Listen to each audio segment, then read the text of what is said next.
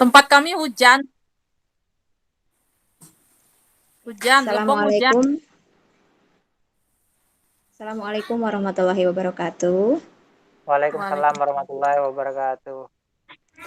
Alhamdulillah pada hari ini kita bisa bertemu ya Bapak Ibu ya. Bisa bertemu bersilaturahmi dalam acara pelatihan. Pelatihan yang akan saya angkat di sini adalah tentang Merdeka Belajar, Bapak Ibu.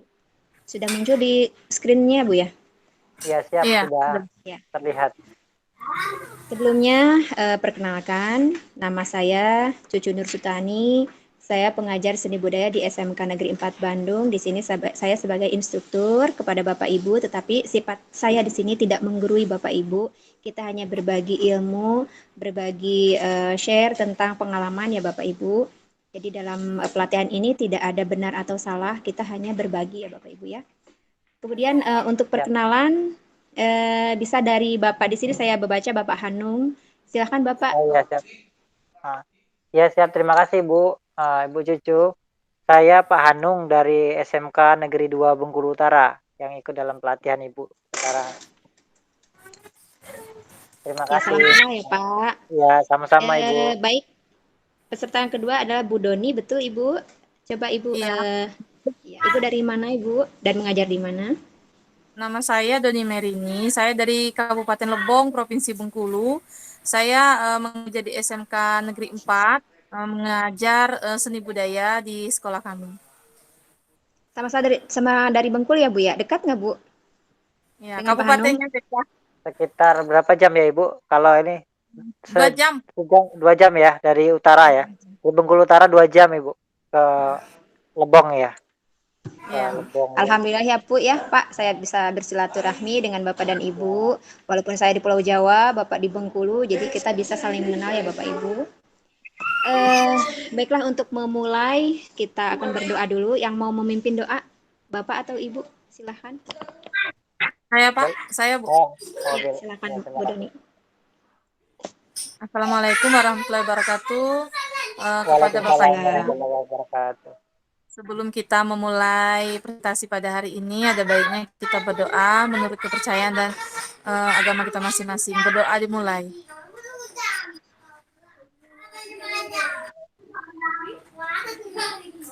Selesai. Bapak Ibu, alhamdulillah kita akan mulai ya Bapak Ibu ke pembahasan. Namun sebelumnya ingin saya perkenalkan Bapak Ibu jargon SMKN Negeri 4. Ya, jadi yang punya Ya, jargon itu bukan hanya Syahrini ya Bapak Ibu, ya, tapi SMK Negeri 4 juga punya jargon yang ini selalu diterapkan kepada peserta didik baru apabila masuk ke SMK Negeri 4. Bunyinya seperti ini Bapak Ibu. Mana matamu sambil melotot? Gitu tak. Kemudian mana gigimu sambil nyengir? Gitu. Kemudian mana cakarmu? Nah, sambil mencengkram, gitu sambil mencengkram. Kemudian mana semuanya? Hi ha. Mana semuanya? Hi ha. Seperti itu. Itu maksud dan tujuannya untuk memotivasi apabila anak-anak sedang ngantuk atau sedang lelah, kemudian untuk menumbuhkan lagi motivasi semangat anak-anak dalam belajar Bapak Ibu ya. Kita bisa coba ya Bapak Ibu. ya, Nanti siap. saya menginstruksikan ya. Mana matamu? Hmm, Gitu ya. Ya. Mana gigimu?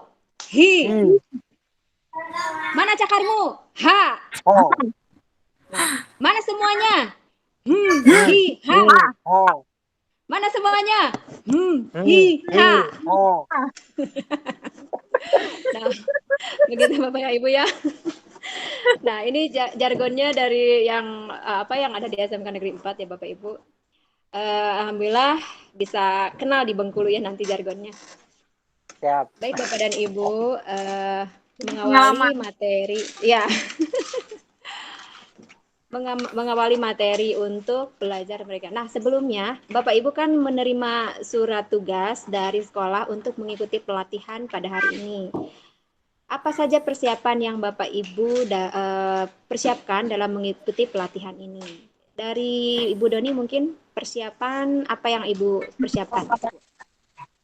Yang saya persiapkan pertama ya dengan menerima surat undangan kemarin ya, yang pertama saya persiapkan itu adalah kesehatan saya. Terus apa kesiapan saya. Mungkin itu seperti itu, Bu, dari sayanya. Kalau dari Pak Hanung, bagaimana Pak Hanung? Oh iya, untuk kemarin menerima surat tugas dari sekolah bahwasanya ada pelatihan kegiatan SMK keunggulan, sekolah keunggulan. Yang pertama saya pikirkan itu ya apa yang mempersiapkan diri yang pertama. Kemudian mempersiapkan perlengkapan-perlengkapan. Biasanya kalau misalnya dipikir-pikir kita kemarin berpikir kan ini kan pelatihan apalagi daring berarti fasilitas dan fasilitas harus lengkap terutama misalnya laptop, kemudian handphone. Itu yang saya siapkan di awal untuk memulai belajar sebenarnya untuk pelajaran daring kita ini. Kemudian untuk materi itu sebenarnya nggak ada yang disiapkan karena kita belum tahu materi yang akan diterima seperti apa. Ya harapannya nanti setelah materi ini diterima bisa sharing atau berbagi pengalaman di sini. Itu aja Bu yang saya siapkan.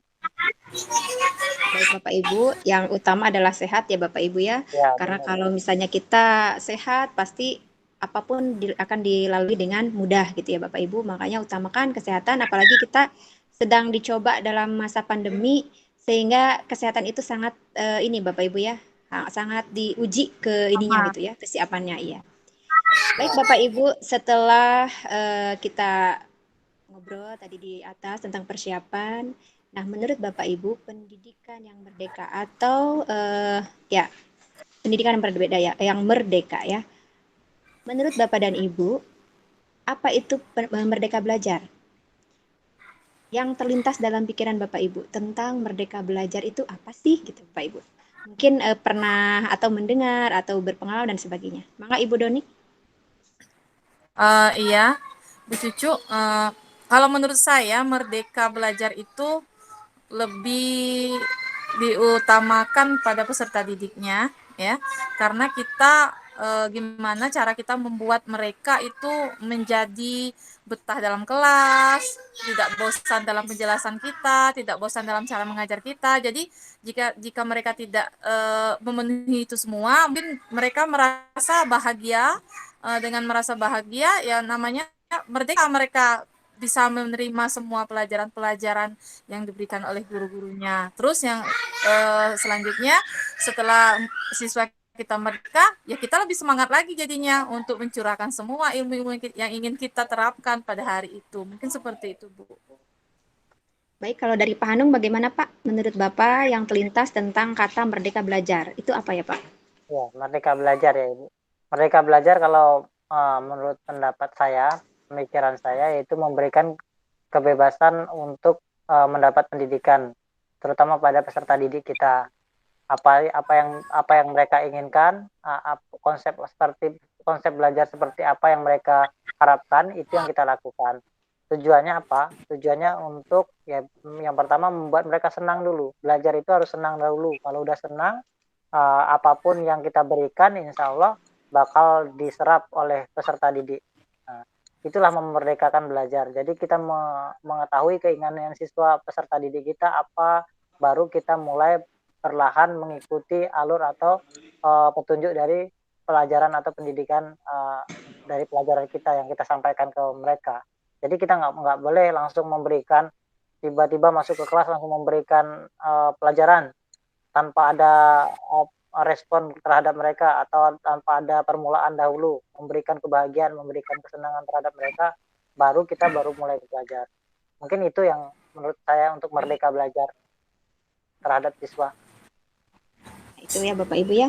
Jadi itu dari pandangan seorang pendidik tentang merdeka belajar ya. Beda yang ini ya Bapak Ibu, saya pernah mendengar dari peserta didik saya bahwa merdeka belajar, hore tidak belajar kan gitu ya. Jadi itu tolong nanti ditekankan ya bahwa Ya, merdeka jangan belajar sampai itu bukan ya bukan tidak belajar karena ini kan baru ya Bapak Ibu ya. Yang oleh Bapak Menteri kita yang diterapkan ini adalah baru. Kemudian peserta didik ada juga yang eh, taunya atau memprediksikannya mereka belajar berarti belajar gimana saya. Nah, terus iya. belajar juga asik saya nggak usah belajar. Nah, tapi bukan itu ya Bapak Ibu, tolong nanti di ini kan di sekolahnya juga bahwa kita akan membahas di sini tentang merdeka belajar bahwa belajar itu di ini kan pada anak ya seperti Bapak tadi yang diucapkan Bapak Hanung atau di kemukakan oleh Bapak Hanung. Jadi belajar itu tidak langsung guru memberikan materi ke kelas dengan apa ya namanya ya. Jadi kita harus bertanya dulu kepada anak didik Ya ya. benar. Nah, seperti itu. Kemudian dari Bu Doni juga bahwa Merdeka Belajar itu lebih ke menyenangkan anak gitu ya, Bapak Ibu ya. Baik, berikutnya nih. Apakah di sekolah Bapak dan Ibu sudah menerapkan Merdeka Belajar apa belum? Apa tantangan Bapak dan Ibu dalam menerapkan Merdeka Belajar di sekolah tempat Bapak Ibu mengajar? Nah, ini baik ke Bu Doni mungkin Bu bisa menjelaskan tentang 2 poin di screen. Ya. Kalau di sekolah kami itu di SMK Negeri 4 Lebong itu menerapkan mengenai Merdeka Belajar sudah kami usahakan walaupun perlahan, walaupun pelan-pelan mungkin nanti menuju ke tujuan yang kita inginkan ya, supaya mereka enak, betah di dalam kelas, rasa ingin tahunya seperti itu. Kami masih usahakan pokoknya upayanya sebagus mungkin di sekolah kami. Itu, Bu. Tantangannya Bu, bagaimana dalam menerapkan sekolah Merdeka Ya, Belajar? tantangannya itu bagaimana cara kami membujuk siswa-siswa yang tingkahnya ya, yang tadinya tingkahnya tahu sendiri anak SMK ya, terutama kami kalau di jurusan TITL, Teknik Instalasi Tenaga Listrik itu laki-laki semua di dalam itu. Mana misalnya kalau pas jam istirahat, sudah jam istirahat, masuk jam berikutnya, di mana yang tadinya siswanya ada 28, itu paling tinggal 10. Nah, seperti tantangannya, gimana caranya kita supaya mereka yang jumlah 28 tersebut setelah istirahat itu berbondong-bondong mau masuk ke kelas, mau menerima pelajaran itu. Seperti itu, Bu. Itu memang tantangan terberat bagi pendidik, Bu. Sama di sekolah saya juga kan ada jurusan listrik, Bu. Seperti itu. Kadang setelah jam istirahat itu kan hanya 15 menit. Saya sudah menunggu di kelas setengah jam kok mana pada nggak ada. Sama. Sama ya, Bu. Ya, berarti itu Ya, PR kita bersama ya, Bu ya. Untuk menjadikan kelas lebih menyenangkan bagaimana gitu ya. Soalnya saya juga sama mengalami hal itu ketika saya datang ke kelas, oh, anak-anaknya pada di mana ini? Baik dari Bapak Hanung gimana, Pak? Ya kalau dari saya ya, dari di tempat saya bekerja, apakah di sekolah sudah menerapkan Merdeka Belajar? Sebenarnya bahasa Merdeka Belajar ini baru didengar untuk di sekolah, Merdeka Belajar, tapi penerapannya sudah kita terapkan selama ini sebenarnya. Kan kita kita nggak semata-mata masuk ke kelas langsung kita belajar kan tidak. Kita Betul. memberikan sesuatu gambaran kepada anak dulu, merangsang anak untuk mau ikut pembelajaran kita. Nah, itu adalah Merdeka Belajar menurut saya. Nah, tapi di sini lebih ditekankan lagi di yang baru aturan baru atau yang akan diterapkan di sekolah-sekolah sekarang ini sebagai sekolah pusat keunggulan, Merdeka Belajar ini kayaknya diunggulkannya, dinampakkannya nanti Merdeka Belajarnya. Nah, yang ditakutkan Ibu sekarang Merdeka Belajar ini jangan dianggap yang kita memberikan pengertian terhadap anak, bahwasanya Merdeka Belajar ini ya seperti Ibu bilang tadi, kata Ibu Cucu tadi bilang, bukannya merdeka kemudian tidak belajar, bukan kayak gitu. Kemudian Merdeka Belajar ini nanti yang dia harapkan ya anak-anak itu mengerti Merdeka Belajar maksudnya seperti apa. Nah, ini ada dilema juga Ibu. Kalau Merdeka Belajar ini diterapkan selama ini kan mereka sudah melakukan sudah kita terapkan tapi tidak terlalu banyak lah ibaratnya untuk awal-awal ini. Tapi nanti udah memerdekakan mereka, takutnya ini malah disalahgunakan. Ini yang harus tantangan kita juga sebagai pendidik untuk memberikan pengertian terhadap anak. Merdeka Belajar itu apa nantinya. Kemudian perkembangannya gimana Merdeka Belajar ini, bukan berarti dengan Merdeka Belajar kamu semena-mena di sekolah, kemudian malah nambah sering bolosnya, nambah Ya. sering nggak masuk. Nah, ini repot ini ketika katanya Merdeka Belajar, Pak. Ya terserah saya lah, Pak. Saya kan harus merdeka. Jangan sampai kayak gitu ya. Itu yang diharapkan kita semua, bahwasanya untuk Merdeka Belajar ini nanti bisa memberikan kebebasan terhadap anak tapi dalam hal yang positif. Itu untuk merdekanya. Kemudian apa tantangan Bapak Ibu dalam menerapkan Merdeka Belajar? Nah, ini tantangan terberat kita sebagai pendidik itu kalau menurut saya Ya tantangannya itu pada peserta didik kita. Gimana cara kita membuat suasana itu menjadi nyaman, pembelajaran itu menjadi nyaman supaya peserta didik ikut dengan aturan yang kita buat seperti itu. Nah. Jadi memerdekakan mereka dulu. Nah, setelah mereka merdeka, setelah mereka mengikuti aturan kita, baru kita jelaskan. Nah, inilah yang namanya merdeka, nak. Bukan merdeka itu lompat pagar, bolos dan sebagainya. Nah, harapannya kayak gitu. Kalau menurut saya seperti itu, Bu. Ya, terima kasih Bapak Anung, Bu Iya. Doni yang sudah menjelaskan tentang apa makna dari merdeka belajar. Kemudian untuk berikutnya ada ada gambar nih Bapak Ibu. Coba apa yang terlintas dari Bapak Ibu ketika melihat gambar ini? Boleh dari siapa yang mau present? Boleh saya, Bu?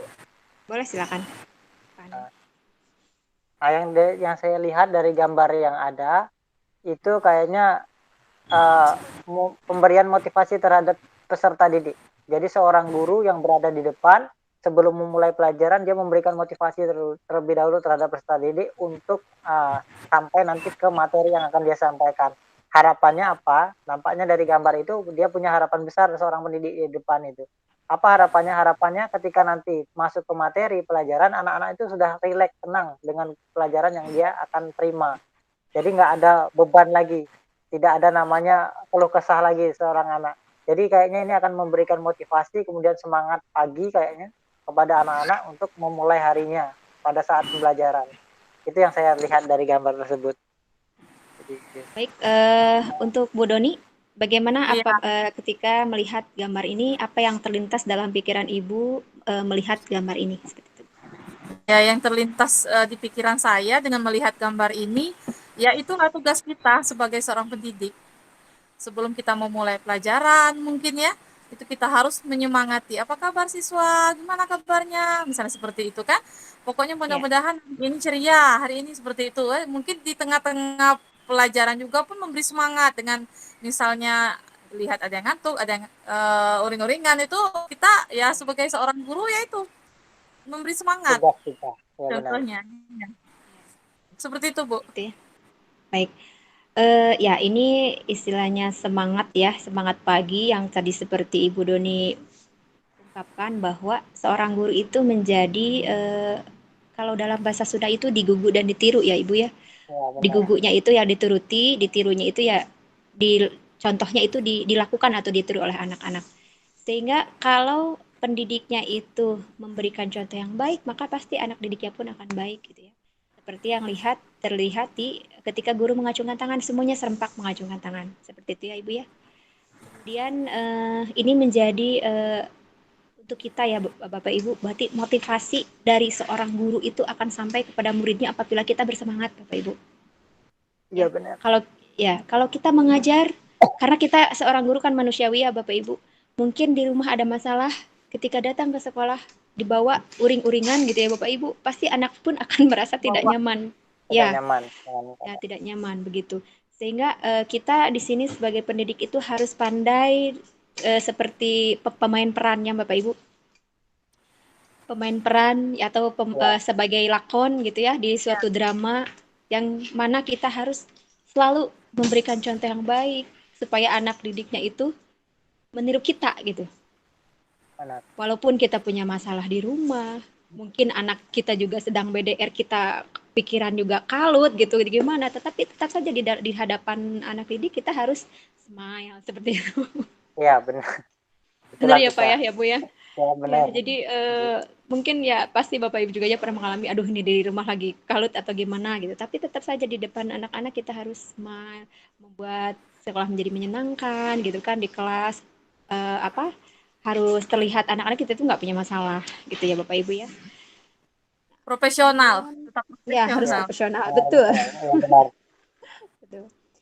Baik Bapak Ibu kita melihat di gambar yang kedua. Nah, ini Bapak Ibu nih. Di gambar yang kedua, kita melihat situasi kondisi yang kebalikan dari gambar yang satu. Mungkin ketika Bapak Ibu mengajar, pernah melihat siswa tidur ketika kita sedang menerangkan, gitu ya. Apakah Bapak Ibu pernah mengalami hal tersebut ya? Kemudian dan apa sih yang Bapak Ibu lakukan ketika melihat kondisi kelas seperti ini apabila kita menerapkan sesuai dengan konsep Merdeka Belajar, Bapak Ibu? Coba mungkin dari Ibu Doni, mangga. Ya, setelah melihat gambar tersebut, jadi keingat ya, mungkin pengalaman dari kita sendirinya, mungkin dulu waktu duduk di bangku sekolah seperti itu, jadi keingat kawan-kawan laki-laki yang belakang. Ingat dulu waktu guru bahasa Inggris ya, guru bahasa Inggris dulu sudah tua, itu mungkin menjelang pensiun kayak gitu. Nah, jadi kalau teman-teman yang laki-laki mulai bapak bahasa Inggris itu masuk, mulai dia bentang peta di belakang tidur. Jadi itu keingat lihat gambar itu keingat jadinya masa sekolah dulu. Terus dialami juga. Saya sebagai seorang pendidik, seorang guru, ketemu juga anak-anak seperti itu. Ya salah satu tugas saya gimana caranya biar mereka gak ngantuk, gimana caranya biar mereka bisa mengikuti pelajaran saya. Mungkin salah satunya saya suruh dia cuci muka, keluar dulu cuci muka kayak gitu, terus kasih peregangan-peregangan kayak gitu, terus baru bisa mulai lagi pelajaran seperti itu, Bu, pengalaman saya, Bu, melihat gambar itu. Baik dari Bapak Hanung, bagaimana Pak Hanung melihat Ya gambar kalau yang kalau dari saya yaitu masalah melihat gambar yang ada di atas itu sebenarnya kalau pengalaman Ibu Doni sebenarnya hampir hampir sama untuk pengalaman yang seperti itu. Di sekolah saya pun seperti itu. Cuman ada pernah pengalaman untuk hal yang seperti ini kita nggak boleh ngejudge bahwasannya anak ini malas kayak gitu. Kadang pernah saya beberapa ada suatu waktu itu pernah kejadian benar tidur di kelas setiap hari, tidur di kelas setiap hari, tidur di kelas. Kemudian saya tanya, saya dekati anak tersebut, kemudian ngapain kamu tidur di kelas? Ternyata apa? Ternyata dari sisi lain kita bisa melihat bahwasanya anak itu ternyata tidak semuanya malas. Dia tidur tuh kenapa? Ada masalah, ada permasalahan yang dia buat kenapa dia tidur. Nah, salah satunya ini yang makanya kita sebagai pendidik harus tahu, harus mencari kalau menurut saya, mencari tahu ketika ada anak yang tidur itu apa permasalahan mereka. Kalau yang sekarang banyak itu memang main game. Tapi yang pernah saya alami, ini terjadi, benar terjadi, itu anaknya sekarang udah lulus malah, udah kuliah malah. Nah, itu dia kenapa sering tidur di kelas, dia ternyata sebenarnya orang tuanya nggak nyuruh dia sekolah lagi. Kamu mau ke SMK, oh setelah lulus SMP disuruh kerja sama orang tuanya, karena orang tuanya nggak mampu katanya. Saya nggak bisa bayarin kamu ini sekolah. Kalau kamu mau sekolah ya sekolah lah, cari uang sendiri katanya seperti itu. Karena dia niat yang kuat, keinginan yang kuat, akhirnya dia sekolah. Tapi itu tadi, dia rajin masuk sekolah itu, tapi sering tidur di sekolah. Ada beberapa waktu, di waktu-waktu tertentu dia tidur. Dan ada beberapa guru yang sering marahin dia, suruh tegak, suruh ini. Kemudian saya dekatin, ternyata apa yang kejadian? Dia cerita semua tentang hal dirinya, ternyata dia itu kerja kalau di tempat kami itu ada terminal mobil di sini kan. Di situ ada nasi goreng 24 jam. Nah, dia kerja di situ bukan masak nasinya tapi cuci piringnya. Selama orang makan di situ dari mulai maghrib itu dia kerja, nggak belajar dia. Kalau dia tanya, kamu belajar nggak selama ini? Enggak, Pak. Cuma saya semangat belajar, semangat sekolah. Saya mau dapat ijazah, Pak. Kayak gitu. Makanya dia sekolah terus dan dia masuk terus. Jadi kerjanya malam itu dari jam 7 setelah maghrib dia di situ standby di situ sampai nanti itu tutupnya jam 3 itu. Rumah makan, rumah nasi goreng Padang kalau di sini ada namanya. Itu sampai jam 3. Jadi kerjanya kayak gitu terus jam 3 nanti paling tidur cuma sejam 2 jam, kemudian dia harus berangkat sekolah. Kemudian di sekolah, nah itulah hasil dari sekolah itu. Nah, inilah yang kita temukan apa namanya peserta didik kita, ternyata semua itu tidak semata-mata karena dia malas, tapi ada hal-hal tertentu. Setelah itu kita berikan solusi-solusi. Solusinya apa? Ada beberapa tugas yang harus dia bawa pulang. Kemudian dia kerjakan. Ternyata ya dia kerjakan, walaupun dia ini dikategorikan nggak terlalu pintar sih sebenarnya, cuman dia bisa menyelesaikan semua tugas dengan beres semua, dengan nilai yang lumayan lah, maksudnya kalau di bawah KKM tidak, tapi cukup lah untuk KKM. Dan akhirnya dia bisa menyelesaikan sekolahnya, sekarang kerja lagi dia, sambil kuliah. Nah inilah, maksudnya ini sebuah cerita lah, ibaratnya pengalaman Ibu, bahwasanya kita nggak ya. boleh ngejudge anak, bahwasanya kalau dia malas memang benar malas, tapi walaupun sebagian besar memang kenyataannya seperti yang Ibu Doni bilang, ada memang yang main game sampai malam, itu. Cuman kita harus tahu, kita tanya latar belakangnya apa. kalau saya tadi malam main game Pak, wajar kamu ngantuk kayak gitu kan, kamu harus dihukum. Tapi kalau hal yang seperti saya bilang tadi, makanya saya kasih tahu ke beberapa guru yang sering menghukum, kata saya, "Bu, Pak, ini ada masalah," kayak gitu kan. Akhirnya dipanggil ke wali kelasnya, kemudian kajurnya, ketua jurusannya, akhirnya dikunjungin. Benar nggak kejadian itu? Ternyata setelah kita tahu semuanya kenyataannya benar, nah itu tadi solusi apa yang bisa sekolah buat untuk dia kayak gitu. Nah, berarti ada perlakuan khusus untuk dia.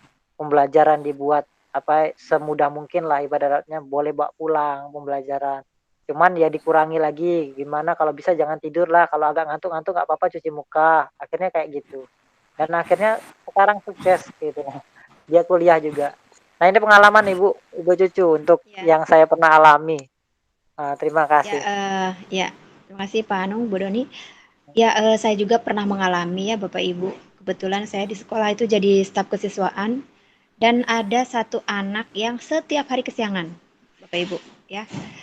Jadi kami kan di SMK 4 itu setengah 7 itu harus ada habituasi duha ya Bapak Ibu. Jadi anak-anak itu sebelum belajar jam 7 itu harus semuanya sholat duha gitu ya bersama di lapangan. Kemudian ada anak yang setiap hari kesiangan. Sehingga itu menjadi PR bulan-bulanan dari guru-guru untuk selalu kalau misalkan jam pertama itu kadang dia nggak masuk karena harus ditahan dulu di depan gitu. Nah, kemudian setelah saya melihat anak tersebut kenapa, kemudian saya bertanya, karena keseringan gitu ya Bapak Ibu ya, sering sekali anak itu hampir tiap hari kesiangan, saya bertanya, kenapa kamu terlambat ke sekolah? Kamu itu, kenapa kamu nggak bisa datang lebih awal? Saya bilang seperti itu. Ibu, maaf, saya harus mengantarkan mamah dulu ke pasar setiap hari karena saya bapak saya sudah meninggal. Kemudian saya anak laki-laki satu-satunya, adik saya perempuan, mama warung-warungan kecil gitu, buka warung kecil. Jadi kalau saya yang tidak mengantarkan siapa lagi? Nah dari situ, oh ternyata ini anak baktinya sama orang tua itu sangat besar sekali gitu ya, Bapak Ibu. Nah gitu. Kan tujuan dari pelajar atau profil pelajar mereka belajar, kemudian profil pelajar Pancasila itu kan berkarakter ya Bapak Ibu ya. Dari situ juga saya sudah tidak bisa berkata-kata lagi, masa anak yang sangat berbakti saya marahin seperti itu ya Bapak Ibu. Ya, Ternyata ketika kita bertanya, kemudian mengadakan apa namanya home visit gitu kan ke anak tersebut, betul apa tidak ini anak tuh mengantarkan setiap pagi. Ternyata setelah saya lihat gitu ke visit ke rumah orang tuanya, ibunya bilang seperti itu, ibu mohon maaf anak saya tidak bisa mengikuti habituasi duha, bahkan mungkin belajarnya juga terlambat karena kalau saya tidak buka warung saya mau makan dari mana, seperti itu ya. Jadi kalau misalkan kita mungkin ada beberapa guru di zaman yang lalu gitu ya mungkin, atau kita menjat anak ini udah kamu dihukum atau seperti apa gitu. Tapi sekarang harus lebih mendekati siswa lagi untuk bertanya kenapa gitu ya. Kalau misalkan ternyata memang dia beralasan dan kita bisa membuktikan alasannya itu benar, tentu ada trik-trik lain untuk dia. Apakah misal dia dengan apa namanya, misalnya dikasih tugasnya sholat yang lain misalkan ya, atau benar. misalkan sholat sunat yang lain gitu kan kalau tidak bisa mengikuti sholat habituasi duha seperti itu.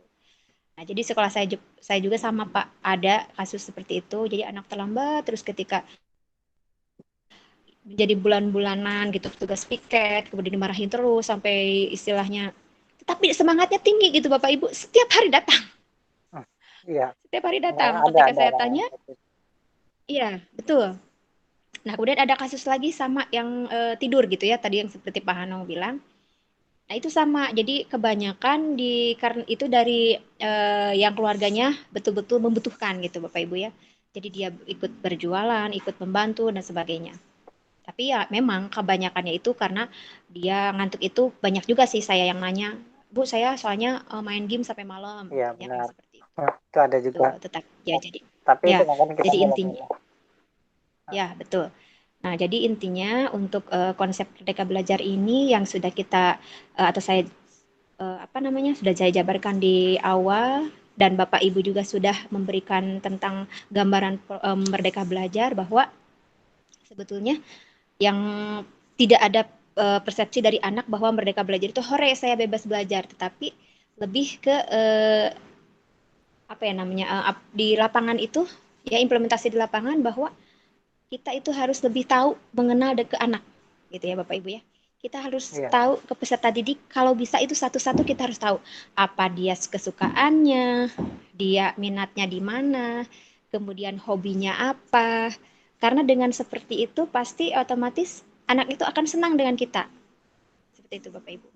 Ya. Iya. Karena ada juga saya pernah menangani satu kasus siswa, dia itu temperamen Bapak Ibu.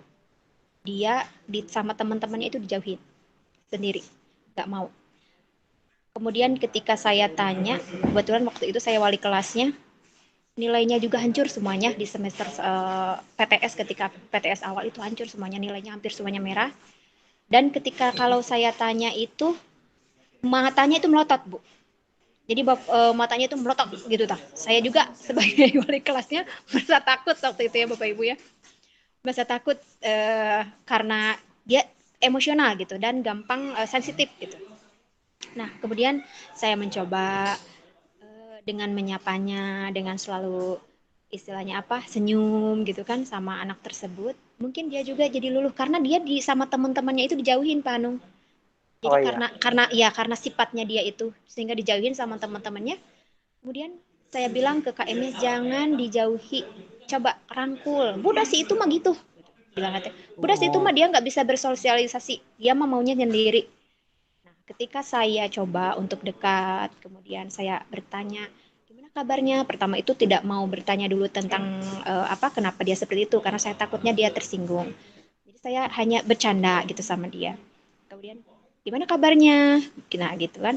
Baik, Bu. Ya, seperti itu aja dia melotot.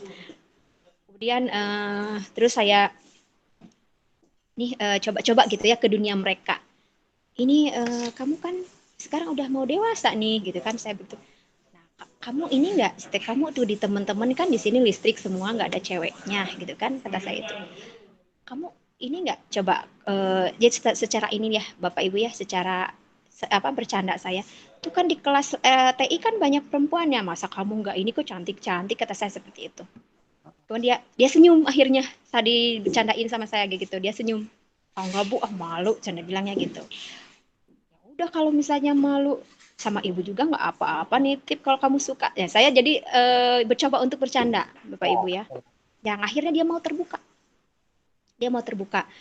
kemudian ah enggak Bu ah saya mah masih mau sekolah katanya masih kecil gitu ya nanti aja ya, iya dong kata saya itu kan kalau misalnya jadi saya curhat di situ dia curhat ke saya awalnya seperti itu sehingga dia mungkin malu sendiri yang tadinya ke saya itu selalu melotot kalau saya tanya itu Bapak Ibu ya Iya. saya dia selalu melotot kemudian dia mungkin malu sendiri ternyata si ibu ini nggak nggak gimana gitu ya ternyata dia nyaman sama atau dia nyaman sama saya yang akhirnya nah saya baru mau memasuki kenapa dia rankingnya kecil saya tanya waktu itu nah kamu kan sayang dong kamu di SMK 4 ini kan semuanya pengen ke sini masuk tapi kamu masuk kamu nggak coba nilainya gimana sih sulit nggak apa sih yang kamu sulit di pelajaran jadi saya seperti itu jadi mencoba bahasanya seperti ke anak gitu Bapak Ibu seperti ke Iya. anak ya mungkin di usianya lebih inilah ke anak SD atau apa dengan ini kan dia juga nanti malu sendiri Bapak Ibu kalau misalkan dia diperlakukan kok kayak anak kecil tapi enggak ibu nah jadi nanti suka ini dia akan terbuka. Kemudian dia membukakan permasalahannya, ternyata di rumahnya dia itu bapaknya, maaf, temperamen. Seperti itu. Hmm. Nah, sehingga dia tidak bisa curhat apa yang dia keluhkan, apa yang dia rasakan dia tidak bisa berbagi untuk yang lain gitu. Jadi dia makan sendiri gitu. Permasalahan dia di sekolah, dibully dengan teman, kemudian istilahnya apa? Ketidakpahaman belajar dia itu telan sendiri seperti itu karena kalau dia cerita di rumah takut gitu nah sehingga di situ saya tahu dan akhirnya saya bisa memberikan masukan kepada anak tersebut caranya untuk belajar nasok sekarang kamu sama teman-teman nah terus temannya juga saya suruh gabung nah dari situ dia bagus bagus akhirnya pandai Bu setelah masuk di kelas 11 itu dia pandai bersosialisasinya ternyata jadi mungkin Itu ya pengalaman saya Ya, Bapak ya Ibu ya. pengalaman. Ya Ya Ibu benar. ya Bu Doni juga ada pengalaman memberikan tindakan-tindakan kepada siswa seperti apa apabila seperti melihat gambar ini, kemudian Pak Hanung juga sama tadi, saya pun pengalaman saya seperti itu gitu ya Bapak Ibu. Nah jadi untuk pembelajaran hari ini Bapak Ibu kita bisa simpulkan ya dari Merdeka Belajar ya yang sudah tadi Bapak Ibu pahami bahwa yang pertama anak didik atau peserta didik itu harus bebas berkembang secara natural ya. Jadi tidak bisa kita paksakan. Seperti itu ya. Ya, Jadi kalau misalnya si A senang dengan musik, kita tekan terus di matematik ya otomatis tidak bisa seperti itu. Jadi otomatis nggak kita bisa. berikan fasilitas, ya, kita berikan fasilitas.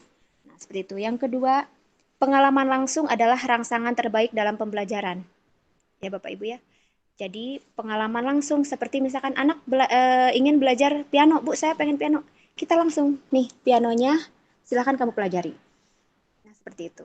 Itu kalau misalnya prasarana di sekolah juga ada ya Bapak Ibu kalau seandainya. Tapi kalau misalkan tidak ada ya paling kita bisa mengarahkan ke hal yang lainnya sesuai dengan yang minat yang dia inginkan seperti itu. Ya, Kemudian ya. yang ketiga, guru harus bisa memandu dan menjadi fasilitator yang baik. Nah, seperti yang tadi Ibu Doni lakukan, Bapak Hanung juga, kemudian dari pengalaman saya. Jadi kita tidak langsung memberikan sanksi atau hukuman kepada anak tersebut, tapi kita harus bertanya dulu menjadi fasilitator yang baik. Harus bertanya dulu, kamu itu kenapa seperti ini? Jadi bukan hanya kamu itu harus begini, begini, begini, enggak. Tetapi Ya. kita harus bertanya, kenapa? Nah, seperti itu Bapak ya Ibu ya. Kemudian yang keempat, lembaga pendidikan harus menjadi laboratorium pendidik untuk perubahan kepada peserta didik. Jadi di sini harus ada dukungan yang kuat juga dari pendidik lingkungan pendidikan seperti itu ya Bapak Ibu untuk menuju perubahan peserta didik. Jadi fasilitas dari sarana prasarana harus juga memadai di situ. Kemudian yang berikutnya, aktivitas lembaga pendidikan dan di rumah itu harus dapat dikoperasikan. Jadi harus kerjasama Bapak Ibu ya. Jadi tidak hanya sekolah harus membina karakter siswa itu harus seperti ini, kita di sekolahnya misalnya ketat untuk membina karakter, membuat anak itu bahagia, memotivasi anak, tetapi di rumahnya tertekan. Ya, Bapak Ibu ya. Benar, benar. Ya, karena harus sinkron antara sekolah dan di rumah. Sehingga kita sekolah pun perlu untuk kedepannya itu memanggil dengan komite sekolah dengan orang tua itu tidak hanya dalam pembahasan tentang pembayaran dana sumbangan saja atau tidak hanya ketika ada PKL baru dikumpulkan siswanya itu, tapi harus diwadahi untuk bagaimana anak memotivasi anak di rumah seperti itu Bapak Ibu. Ya, karena kita sebagai pendidik apalagi hanya terbatas waktu. Mungkin yang kalau kita secara tidak BDR itu dari pagi dari jam 7 kalau SMK sampai jam 4, tapi kan selebihnya anak itu akan di rumah juga. Kemudian Sabtu Minggu juga anak-anak di rumah. Nah, kalau dari lingkungan pendidikan kita sudah membuat karakter anak itu kita toh-tohan gitu ya untuk membentuk karakter anak itu baik tetapi di lingkungan rumahnya tetap tidak terjaga ya itu juga akan susah gitu ya untuk membuat karakter anak gitu ya Bapak Ibu. Jadi harus sinkron antara rumah dan lembaga sekolah. Lembaga sekolah. Berikutnya, administrasi guru itu dibuat sesimpel mungkin sehingga guru bisa fokus dalam mendidik siswa. Nah, betul Bapak Ibu ya. Karena mungkin selama kita administrasi menumpuk, pasti banyak kegiatan pembelajaran yang tertunda Bapak Ibu. Mungkin Bapak Hanung juga mengalami ya, Ibu Ya Doni benar, juga. Bu. Ya, kita fokus pusing dengan administrasi. Sedangkan, aduh, kita itu ada jam, tapi administrasi belum selesai. Nah, Belum selesai, ya benar itu. ya, dengan Merdeka Itu Belajar masalah. ini, alhamdulillah ya kita ada kebijakan dari Bapak Menteri bahwa administrasi itu dibuat sesimpel mungkin. Kemudian berikutnya, kurikulum dapat menyesuaikan dengan kebutuhan siswa. Nah, jadi otomatis kurikulum di Merdeka Belajar ini apa yang siswa butuhkan. Jadi bukan kita sekolah membutuhkan siswa seperti ini, seperti ini, seperti ini, enggak. Tetapi kurikulum yang membentuk bahwa apa sih siswa membutuhkan apa. Gitu kan. Di jurusan listrik, siswa itu membutuhkan apa. Gitu. Kemudian di jurusan audio video, siswa kamu membutuhkan apa? Nah, seperti itu Bapak Ibu ya. Nah, jadi kerjasama ini akan terwujud menjadi merdeka belajar apabila dalam semua aspek yang terkait itu bisa bekerja sama dengan baik Bapak Ibu. Kita juga tidak bisa menyalahkan siswa apabila fasilitas sarana prasarana di sekolah tidak memadai. Dan sekolah juga siswa juga tidak bisa menyalahkan sekolah apabila siswa dibentuk karakter di rumahnya juga tidak diabaikan di rumahnya. Gitu, jadi harus ada kerjasama sekolah di rumah, itu harus ada kooperasi yang baik gitu Bapak Ibu. Iya. Ada ini mungkin Bapak Ibu materinya sudah saya sampaikan tentang mereka belajar. Apa ada yang mau bertanya atau menambahkan? Silahkan. Mungkin Kayaknya kalau tambahan ya. ya, kalau saya bilang itu aspek kita harus sinkron ya antara sekolah dengan di rumah juga. Di rumah itu orang tua pertama, di sekolah kita sebagai orang tua kedua, di mana kita Betul. mendidik mereka seperti anak kita sendiri. Karena kita kalau mendidik seperti anak kita sendiri, bukan hanya memberi materi, bukan hanya memberi ilmu, cuman kita mendidik akhlak, etika, seperti itu. Betul Mungkin Ibu. memerdekakannya salah satunya seperti itu, Bu. Ya. Baik Bapak Hanung, bagaimana Pak Hanung? Oke, cukup Bu, kayaknya sudah disampaikan semua dan mudah-mudahan bermanfaat untuk kami. Kayaknya cukup untuk saya. Alhamdulillah pada hari ini pelatihannya kita bisa akhiri dengan berdoa semuanya dan tetap selalu menjaga kesehatan. Untuk berdoa dipersilakan.